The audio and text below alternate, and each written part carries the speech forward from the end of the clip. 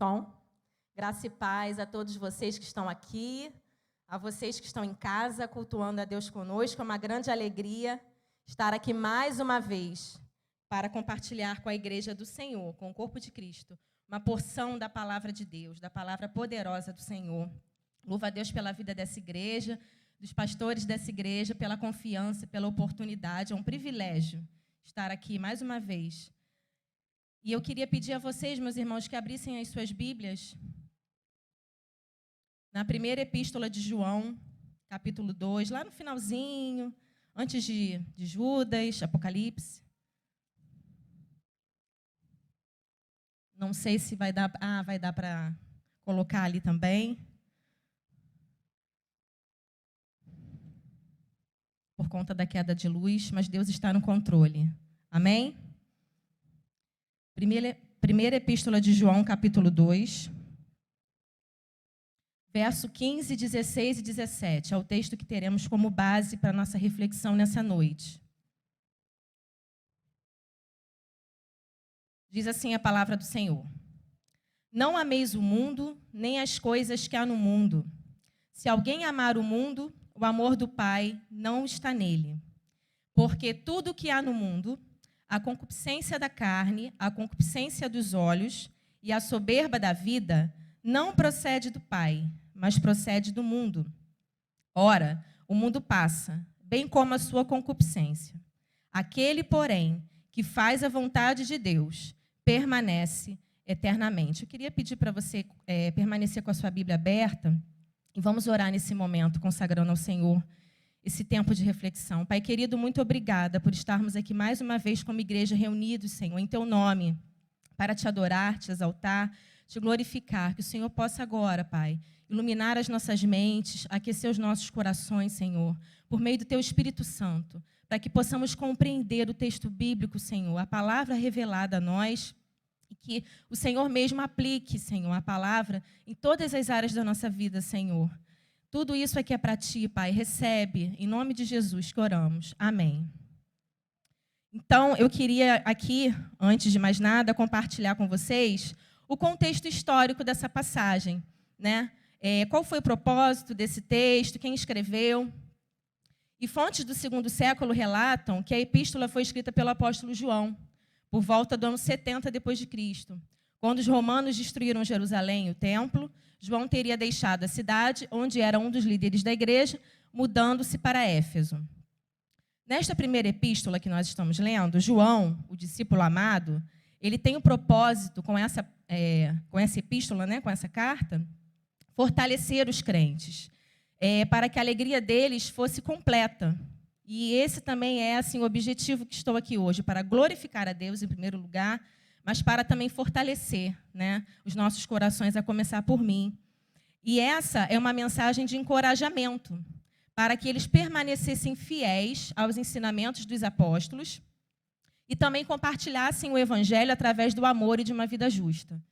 Então, nessa carta, nessa epístola, ele instrui, orienta, admoesta e exorta os cristãos em amor. Então, queridos, vamos analisar o verso 15. Primeiramente, verso 15 diz assim: Não ameis o mundo, nem as coisas que há no mundo. Se alguém amar o mundo, o amor do Pai não está nele. O mesmo João, apóstolo João, que nos fala que nesse capítulo mesmo, no capítulo 2, no verso 10, que a marca do verdadeiro cristão é o amor, é amar a Deus, né, e ao próximo. Ele diz agora no verso 15 que nós, como cristãos, não devemos amar o mundo. Se amarmos o mundo, o amor do Pai não estará em nós.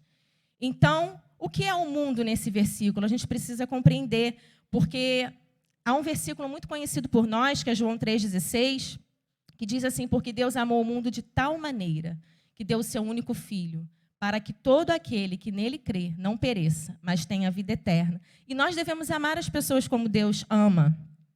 Mas aqui a palavra mundo significa rebelião, um sistema de rebelião, cujo príncipe é o diabo. Então, mundo se refere a corrupções de todo tipo, toda a maldade, tudo aquilo que se opõe à vontade do Senhor, que faz os homens serem escravizados. E as coisas que há no mundo, né? O apóstolo diz para não amarmos o mundo e nem as coisas que há no mundo. E aqui coisas podem ser coisas materiais e imateriais, que muitas vezes não são ruins em si mesmas. Não há problema em desejarmos ter coisas boas nessa vida, um bom emprego, passar num bom concurso, né, ter um bom casamento, um bom carro para a gente se locomover com a nossa família, uma casa confortável. Mas o problema está em amar essas coisas, em dar importância a essas coisas num grau impróprio, sem equilíbrio. O Senhor, ele deve ser amado acima de todas as coisas, de todo o nosso coração, de toda a alma e nosso entendimento. Então, a questão aqui que João aborda é que tudo foi contaminado pelo pecado. O pecado corrompeu o desejo natural do ser humano, né? Então, nós iremos aqui analisar, né, eu gostaria de compartilhar com vocês 3 pontos de incompatibilidade encontrados nesse texto que estamos lendo. 3 coisas que nós podemos identificar aqui como incompatíveis, inconciliáveis, incombináveis, que não se harmonizam, que não estão em conformidade com o presente século, com o curso desse mundo. Então, a primeira incompatibilidade que nós vemos aqui, já apareceu ali, chegar um pouquinho para cá. Essa imagem que eu trouxe é o título, né? Se nós podemos dar um título para essa mensagem, Os Incompatíveis. Lembrando do desenho, do filme Os Incríveis, que aborda a história, né, uma narrativa de uma família de heróis, de super-heróis, onde temos aqui a mãe, o pai e os filhos. Bebê, criança e adolescente. E por quê? O que tem a ver isso? Para que a gente possa refletir que o apóstolo João, nessa passagem, do verso 12 ao 14, ele começa a exortar essa comunidade, a falar com essa comunidade como filhinhos, porque ele se considera o pai espiritual desse povo. Então, ele faz uma declaração geral a esse povo. E depois ele vem declarando sobre cada nível de maturidade dentro da igreja, né, os filhinhos, os jovens, os pais, sobre a força que há neles, a força espiritual. E é essa força que nós devemos buscar. Não importa a nossa idade, mas sim o poder que há em nós. Assim como esses heróis tinham poder, claro, é uma ficção, né? Cada um tinha um poder. A Violeta tinha o poder da invisibilidade. O pai, que era o Senhor Incrível, tinha toda a força, a grande força. A Helena, que era a mãe, tinha o poder da elasticidade. O menininho, que era o Flecha, tinha o poder da velocidade. E o bebezinho também tinha muito poder. E nós temos o poder do Evangelho. Romanos 1 nos diz que o Evangelho é poder de Deus para todo aquele que crê.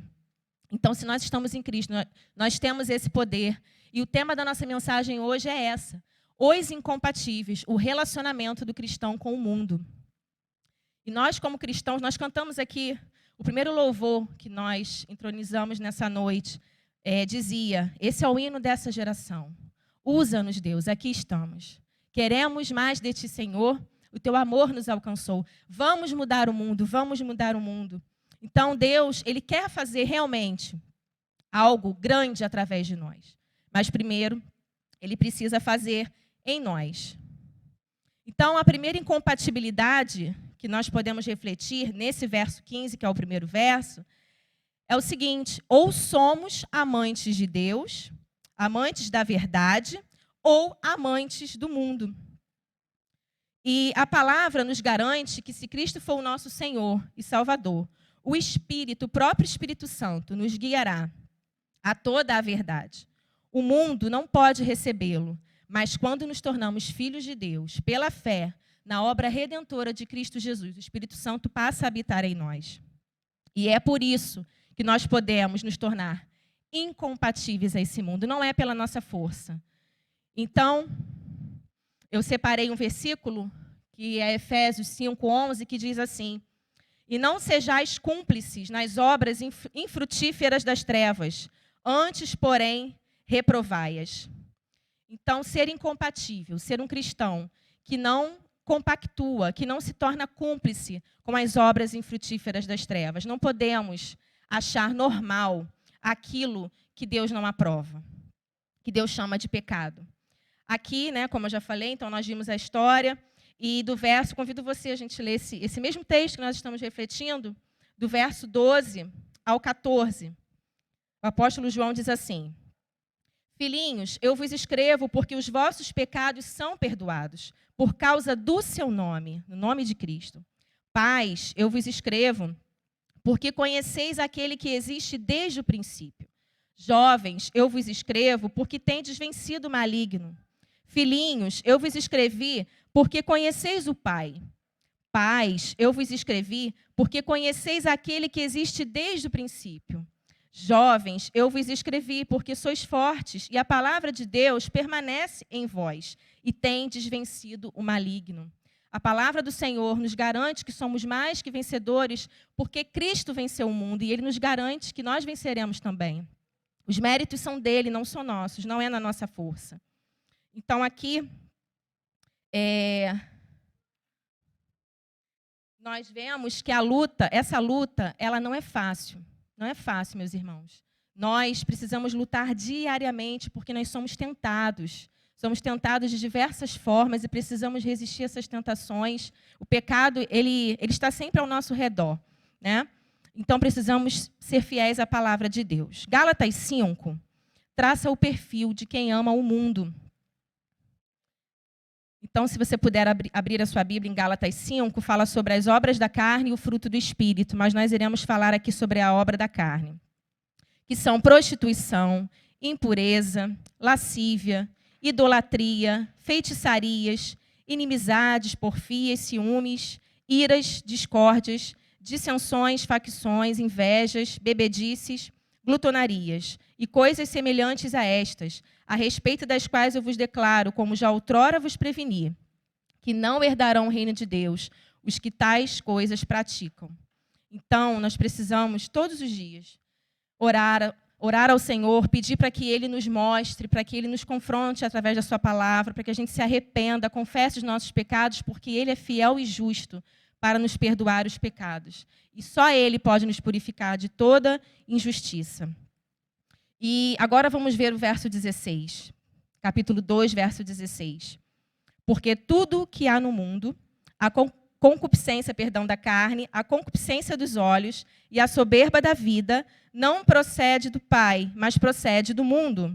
Então aqui, João ele lista 3 características típicas dos desejos terrenos, né? O desejo da carne, que é a sensualidade, o desejo desenfreado por comida, bebida, gratificações sexuais. O desejo dos olhos, que é a superficialidade, materialismo, como foi dito aqui também no louvor pelo nosso irmão, representando a ambição estimulada por aquilo que se vê. E a soberba da vida. A palavra que foi traduzida por vida aqui significa posses, né? São as coisas que sustentam a vida. E a soberba refere-se à ostentação, ao orgulho, à vanglória, ao egoísmo, à obstinação da autoconfiança, de colocarmos a nossa confiança não em Deus, mas no nosso braço, na nossa força, naquilo que a gente pode conquistar, nos nossos bens.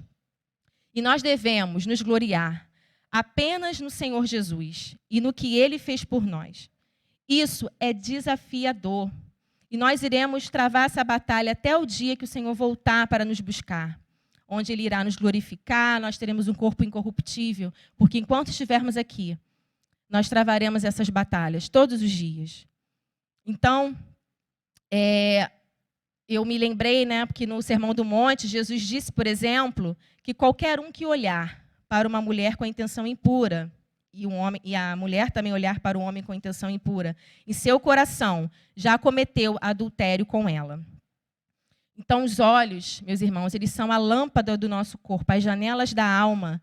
Por eles entram os desejos, Mateus 6, 22 e 23. Se os nossos olhos forem bons, todo o corpo terá luz. Se forem maus, o corpo será tenebroso, com grandes trevas.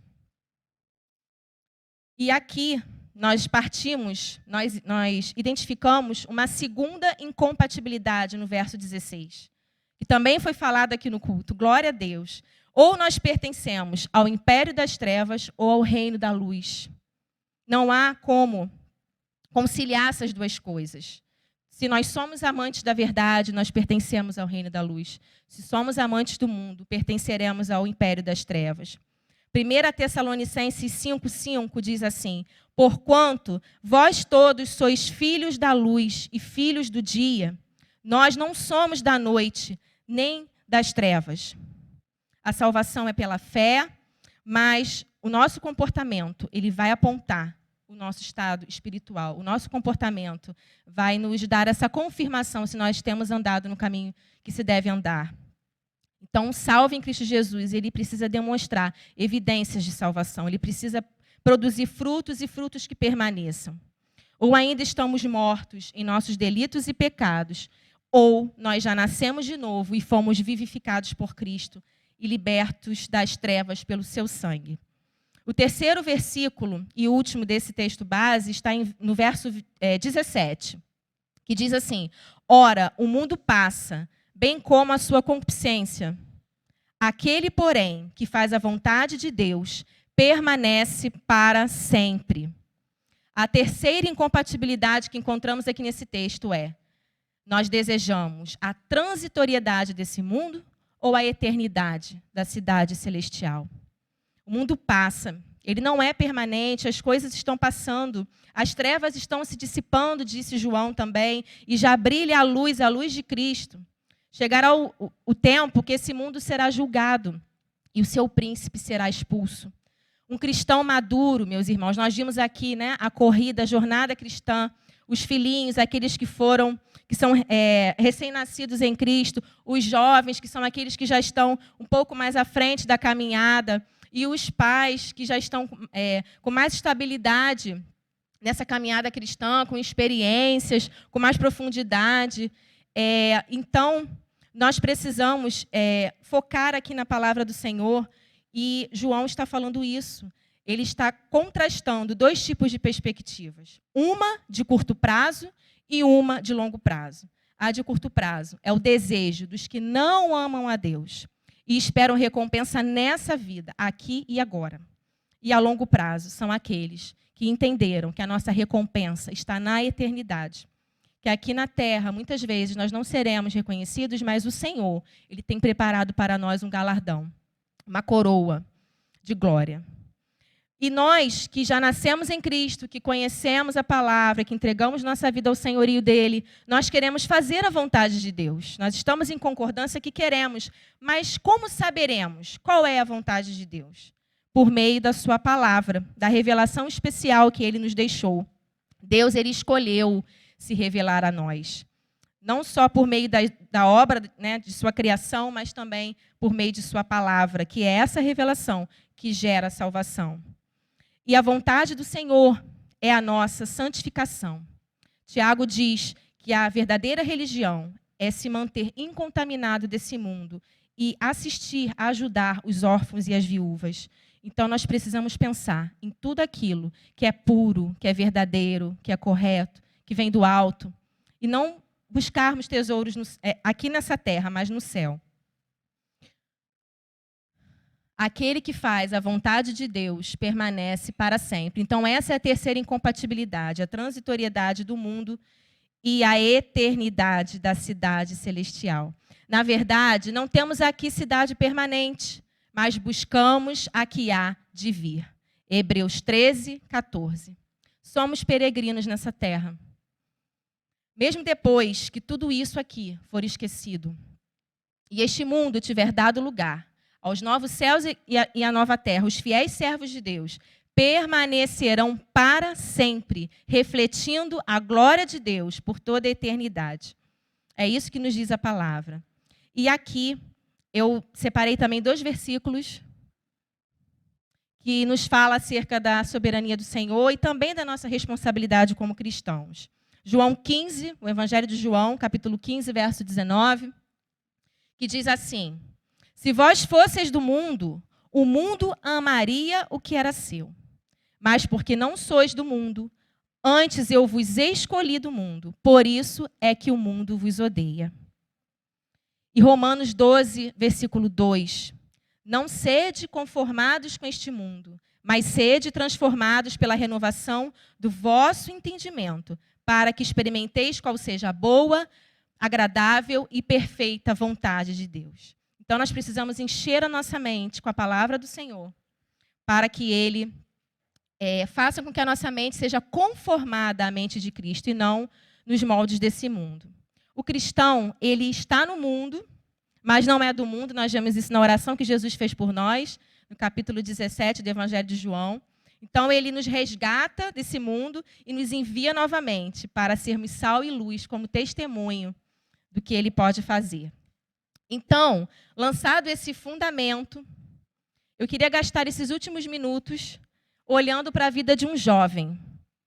Hoje aqui nós estamos nesse propósito de culto jovem, e eu gostaria de olhar para a vida de um jovem do Antigo Testamento chamado Daniel. Um exemplo prático de um jovem que foi incompatível com o sistema desse mundo. Então, se você puder abrir a sua Bíblia em Daniel, no livro de Daniel, eu vou fazer aqui um panorama breve sobre algumas características de Daniel, alguns acontecimentos da história até o capítulo 6. Nós vemos muitos fatos. A partir do 7 já tem um viés mais escatológico, mas nós não iremos entrar nessa seara. O profeta Daniel fica depois de Ezequiel. Pode deixar aberto aí no capítulo 1.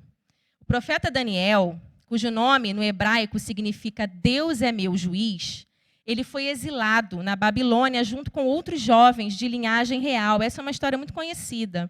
Muitos que foram criados no Evangelho tiveram essa graça de serem criados no Evangelho, conhecem essa história, ouviram na escola bíblica dominical, na escola bíblica de férias. E ele tinha 3 amigos, Ananias, Misael e Azarias.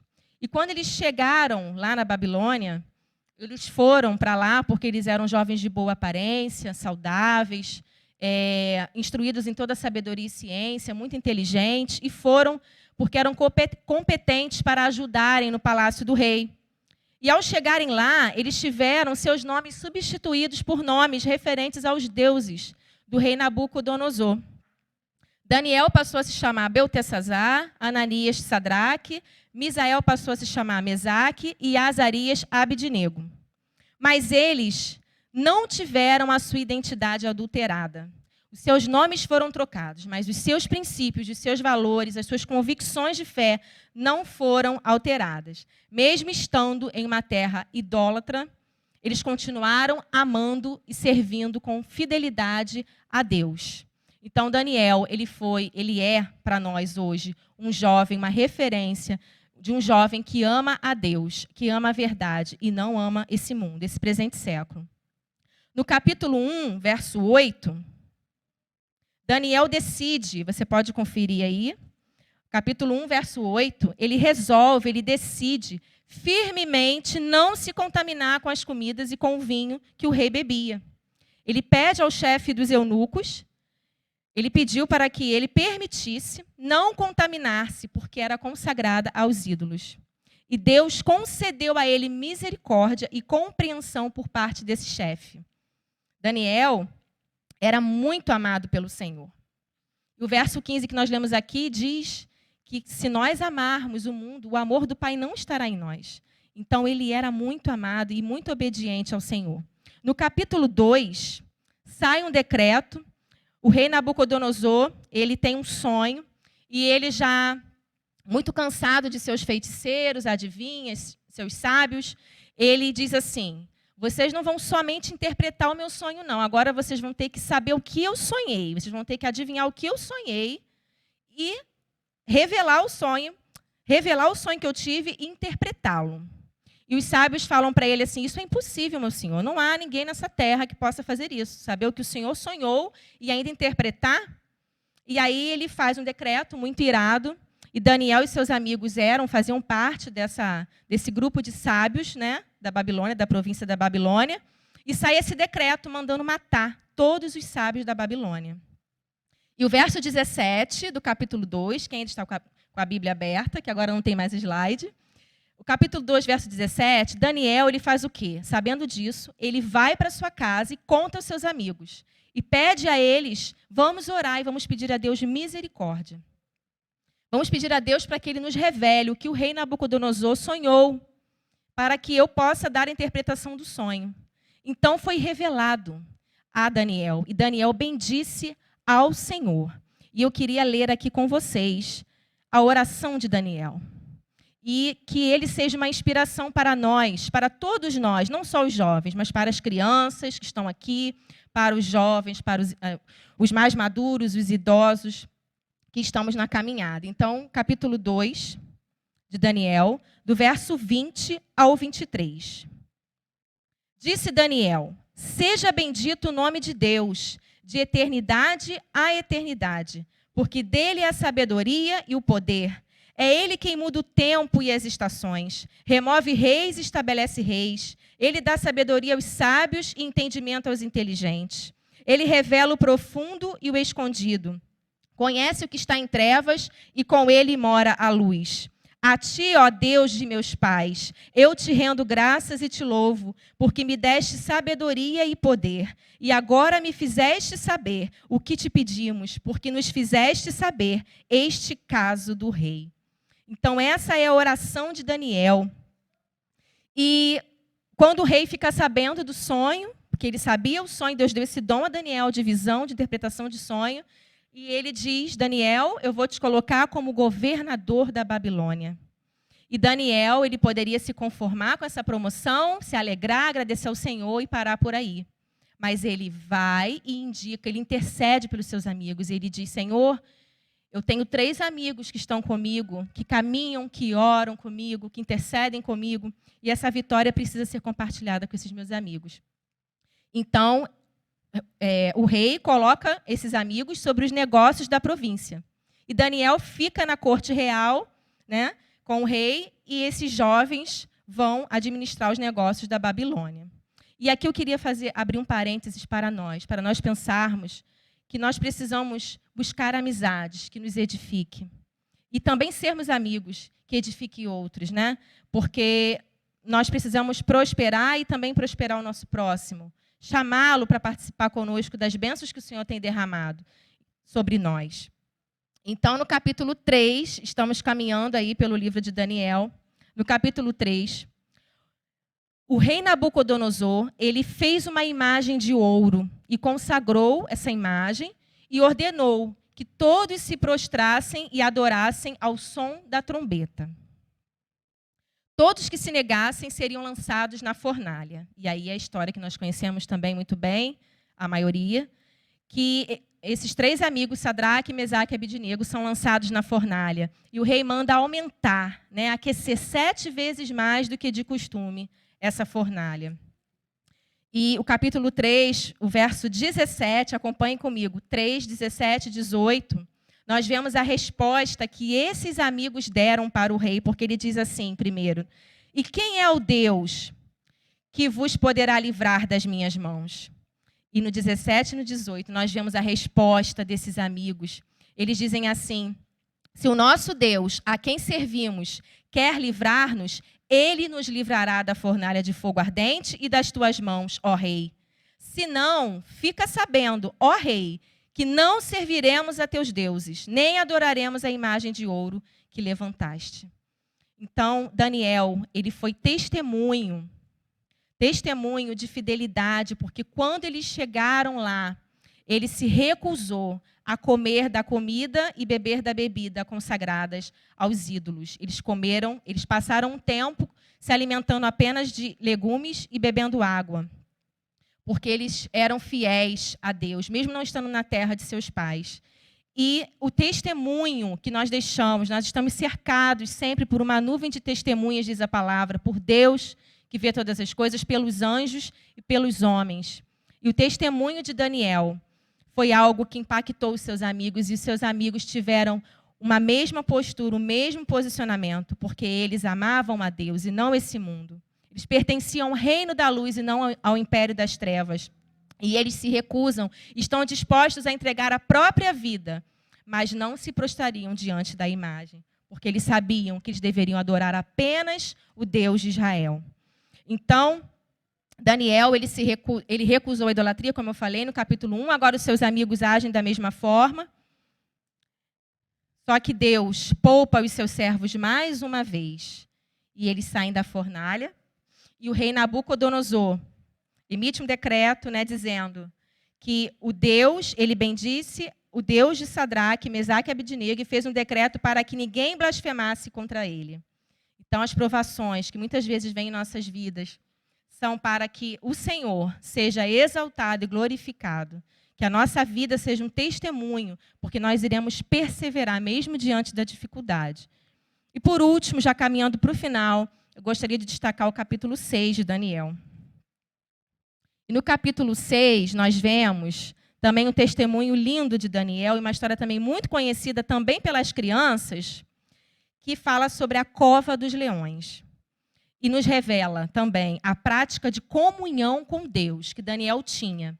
Por quê? Porque ele orava, ele tinha um costume de orar 3 vezes ao dia, todos os dias.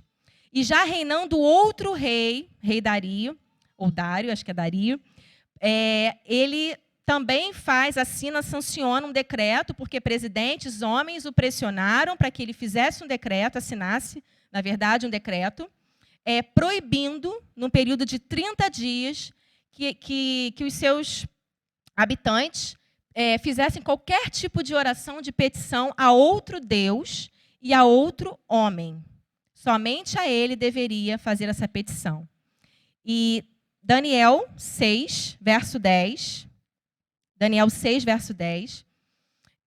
Vou ler aqui. Daniel, pois, quando soube que a escritura estava assinada, entrou em sua casa e em cima no seu quarto, onde havia janelas abertas do lado de Jerusalém, 3 vezes por dia se punha de joelhos e orava, e dava graças diante do seu Deus, como costumava fazer.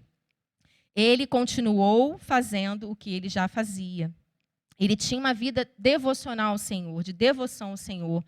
E ele faz questão de perseverar nessa caminhada. E aqui na Bíblia nós vemos, nesse mesmo capítulo, capítulo 6, verso 3, que nele havia um espírito excelente. Em Daniel havia um espírito excelente. E era Deus habitando em Daniel. Jesus ainda não havia encarnado, mas já havia a lei que também era instrumento da graça, para que Daniel fosse um servo fiel ao Senhor. Então, eles conseguiram convencer o rei, muito triste, porque o rei gostava de Daniel, reconhecia que Daniel era um homem íntegro, mas ele precisa cumprir o que ele havia assinado. E esse rei, ele precisa mandar Daniel, punir Daniel pela sua rebeldia, entre aspas, ao decreto, porque mais importante é agradar ao Senhor do que aos homens. Então Daniel, ele foi lançado na cova dos leões, mas Deus o livrou mais uma vez. E quando ele estava na cova, pela manhã, ao romper do dia, esse rei chegou perto, com voz triste, e disse: Daniel, servo do Deus vivo, acaso continua aí? O teu Deus te livrou dos leões? Verso 21, capítulo 6, 21. Daniel disse ao rei: ó rei, vive eternamente, que era o hábito, né? Sempre quando se chegava na presença do rei de falar isso: ó rei, vive eternamente. 22. O meu Deus enviou o seu anjo e fechou a boca aos leões, para que não me fizessem dano, porque foi achada em mim inocência diante dele. Também contra ti, ó rei, não cometi delito algum. Então o rei se alegrou sobremaneira. E aí no verso 26, ele faz um decreto, e eu encerro aqui, caminhando já para a nossa conclusão. Nós iremos orar, consagrar nossas vidas ao Senhor, vamos louvar ao Senhor também. E aqui no capítulo 6, 26, diz assim: faço um decreto pelo qual, em todo o domínio do meu reino, os homens tremam e temam perante o Deus de Daniel, porque ele é o Deus vivo e que permanece para sempre. O seu reino não será destruído e o seu domínio não terá fim. Ele livra e salva e faz sinais e maravilhas no céu e na terra. Foi ele quem livrou a Daniel do poder dos leões. Aleluia, amém. Daniel foi um jovem que vivia uma vida íntegra, não se achava culpa. Esses homens tentaram achar algo que pudessem falar: Daniel está errado aqui ou ali, mas eles não acharam nada. Então eles tentaram atacar a sua devoção ao Senhor. Então, jovem, e eu me incluo nisso, nós precisamos continuar firmes na palavra, na oração, na comunhão. Não é fácil. Às vezes a gente cai, a gente diz coisa que não é para dizer, a gente pensa coisas que não era para pensar, a gente sente coisas que não era para sentir. Mas se temos o Espírito excelente, que também habitava em Daniel, o Espírito Santo, ele vai nos incomodar, ele vai nos convencer, e a gente vai se dobrar e vai dizer: Senhor, eu estava errada mesmo, me perdoa, mas eu sei que o Senhor não desiste de mim, eu sei que o Senhor continua comigo, me fortalecendo, porque nós somos a geração eleita, 1 Pedro 2,9, sacerdócio real, nação santa, povo exclusivo de Deus. Para quê? Para um propósito. Qual é o nosso propósito? Esse mês os jovens estão estudando, nós jovens estamos estudando sobre esse tema propósito. A cada dia tem um versículo para nós meditarmos. Para que nós somos tudo isso? Geração eleita, sacerdócio real, nação santa, povo exclusivo de Deus. Para anunciar as grandezas daquele que nos chamou das trevas para a maravilhosa luz. Esse é o propósito. Deus, Ele conta conosco, é o tema do congresso, que vai acontecer no final do mês que vem, Congresso Jovem. Deus conta com você, Deus conta comigo, Deus conta com a gente. Vamos mudar o mundo como cantamos, vamos sim. Mas primeiro em mim, depois através de mim. A gente precisa se quebrar, a gente precisa ir para o nosso quarto, como Daniel foi, dobrar os nossos joelhos e orar, e rasgar o coração e falar: Senhor, eu sou pecador mesmo, não dependo... Senhor, eu dependo totalmente de Ti, eu não dependo das minhas forças, porque sem Ti eu nada posso fazer. Sem Ti eu vou sucumbir, sem Ti eu nem estaria aqui de pé, Senhor. Então, que nós possamos buscar isso, buscar a santificação. E eu convido você neste momento, se você puder, coloque-se de pé, nós vamos orar, vamos encerrar essa reflexão, nós vamos agradecer ao Senhor por todos os benefícios que Ele tem feito nas nossas vidas, mesmo com as dificuldades. Porque a palavra nos diz a verdade: no mundo tereis aflições, mas nós temos Cristo, então nós venceremos esse mundo. Deus não prometeu um mundo, o evangelho de facilidades, de só coisas boas. Ele disse que estaria conosco. Ele é o Deus Emanuel, Deus conosco. Nós vamos orar e vamos cantar, assim como esse rei falou: Daniel, servo do Deus vivo. Que Deus possa falar isso hoje para nós também. Chamar o nosso nome e falar: servo do Deus vivo, serva do Deus vivo. Ele quer se relacionar conosco a cada dia, mais e mais e mais, e nos usar para a sua glória. Senhor, muito obrigada pela revelação da Tua palavra, Senhor. Deus, só por Ti mesmo, Pai, eu posso estar aqui hoje para compartilhar com os meus irmãos, com os amigos que estão aqui cultuando a Ti conosco, e aqueles que irão assistir depois, Senhor. Que Tu és um Deus vivo, um Deus poderoso, um Deus que liberta do império das trevas e nos transporta para o reino do Filho do Seu amor. Um Rei, Pai, um Deus maravilhoso, onipotente, onipresente, onisciente. Deus que nos sustenta, que criou todas as coisas e que sustenta pelo poder da Tua palavra, Senhor. Deus, como é difícil, como jovens, renunciarmos às coisas desse mundo. São tantos apelos, Senhor, o tempo inteiro. Tantas coisas querendo nos seduzir, Deus. A vontade da nossa carne, nós temos que renunciar a cada dia, Deus. Mas nós queremos agora colocar, consagrar as nossas vidas, Senhor, no Teu altar. Deus, nós queremos escolher a melhor parte. Deus, nós queremos fazer a Tua vontade. Porque sem Ti, Pai, não podemos fazer nada, não podemos vencer, só podemos vencer porque Cristo venceu por nós. Lá naquela cruz, Ele nos libertou, Ele nos salvou. E nós queremos hoje, Pai, confessar os nossos pecados diante de Ti. Deus, confessar e renovar, Senhor, aliança contigo. Deus, buscar mais e mais da Tua palavra, que o Senhor possa se revelar cada vez mais a nós e nos mostrar como o Senhor quer nos usar, Pai. No nosso círculo de influência, na faculdade, no trabalho, na vizinhança, na nossa família, na nossa casa, aqui na igreja também. Deus, muito obrigada por essa oportunidade, por esse privilégio. Obrigada por tudo que vivenciamos aqui nessa noite, Senhor. Muitas coisas tentaram se levantar, mas o Senhor é maior. Maior é o que está em nós do que o que está no mundo. Deus, receba toda a honra para si, Pai, toda a glória e todo o louvor. E nós queremos cantar juntos que somos aquilo que a Bíblia diz que somos. Nós somos filhos de Deus, servos do Deus vivo, o mesmo Deus de Daniel é o nosso Deus. Aleluia. Obrigada, Senhor. Obrigada.